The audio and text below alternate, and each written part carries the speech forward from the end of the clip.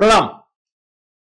आता लोकसभा निवडणुकीत जर शरद पवारांची स्वतःची मुलगी सुप्रिया सुळेचाही पराभव झाला आणि अजितदादा असं छाती ठोकपणे सांगतायत की सुप्रिया सुळेचा पराभव करणारच, माझी बायको सुनेत्राला मी उभंच केलं नसतं, जरा जरी शंका असली, 1% जरी माझ्या मनात शंका असती तरी मी उभं केलं नसतं. माझ्या एका व्हिडिओ नंतर त्याने मला निरोपच त्यांच्या मित्रामार्फत दिला की तुम्ही पैजा बिजा लावू नका उगाच की सुप्रियाच येईल वगैरे, सुनेत्राच येणार आहे आणि मी पार्थला उभं केलं असतं, पडायचंच असतं तर ठीक आहे ना, पोरग येते, राहिलं उभं, पडलं, काय फारसा फरक पडला नसता.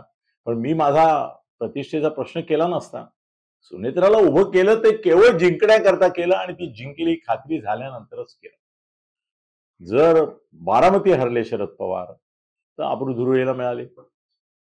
आता आढळराव पाटील देखील जोर लावतायत अमोल कोल्हेच्या विरोधामध्ये असं दिसतंय.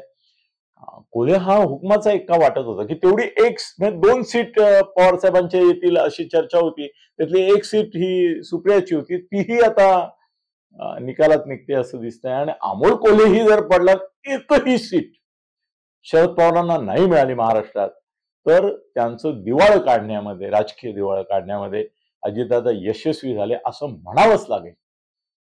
अर्थात याच्याकरता टर्म्स अँड कंडिशन लागूमध्ये केवळ शरद पवारांच्या सीट्स सगळ्या गेल्या असं न होता, यांना जे 4 मिळालेले आहेत अजितदादांना, त्यातल्या किमान 2 सीट त्यांच्या आल्या पाहिजेत, किमान 2 सीट आल्या पाहिजे.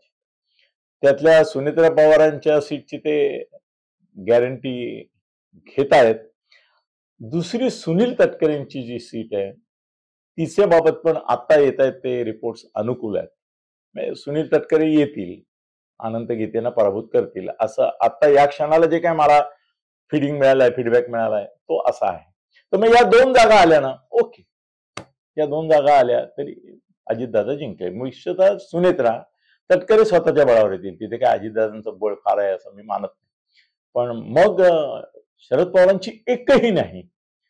एकदा सुप्रिया अमोल कोल्हे की गेले की बाकीच्या सीटचा काही चर्चाही करायची गरज नाही तुम्हाला ना, पडणारच आहेत त्या.